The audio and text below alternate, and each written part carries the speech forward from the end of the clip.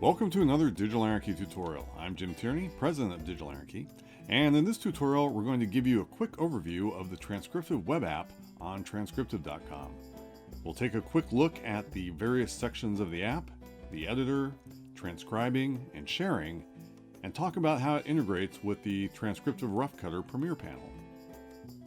The Transcriptive Web App works well as a standalone app for transcribing, but it's really designed to work with the Transcriptive Rough Cutter Premiere panel. Many of the features become more powerful when used in conjunction with Premiere. The interface for the panel and the web app are very similar, so once you're familiar with one, you'll understand the other one very easily. So let's dive in. There are four main sections to Transcriptive: the transcription area and preview, the web item management area, the import transcribe bar, and the export search bar. And you can go up to the account menu, you can prepay for minutes, you can look at your jobs, and you can go to your dashboard.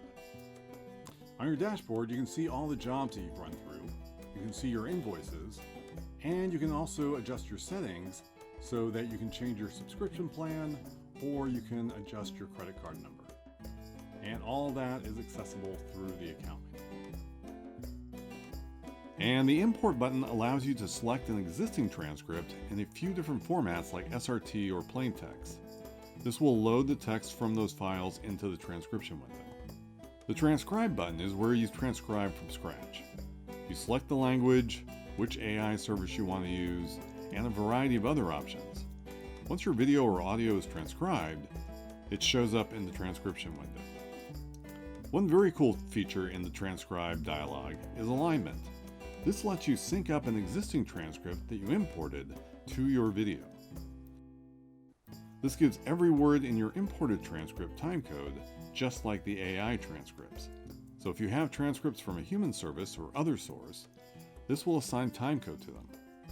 The benefit of every word having timecode is that when you click on a word, it jumps to that point in the video. And as you play back the transcript, the video stays in sync. You can also make edits to those words, and they'll keep the associated timecode. Of course, in the transcription window, you can change speakers, break up paragraphs, make comments, or delete or strike through text. These are really important if you're sharing with someone to Premiere Pro. Strike through and deletion are used by Transcriptive's Rough Cut feature, and comments are a great way of making notes or sharing information. The export button lets you export as a variety of caption and text files.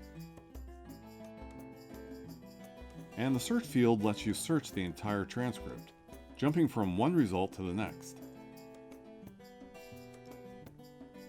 The item and sharing section lets you manage the transcripts you have available. It lets you load different ones, change the names, and share them. So if you're collaborating with another web user or an editor in Premiere, the share button will let you do that. Load the item you want to share, and then enter in the email address. So that's the basics of the Transcriptive Web App UI. We have more tutorials that dive deeper into each feature, so check those out on digitalanarchy.com. Or if you still have questions, please reach out to us at sales@digitalanarchy.com.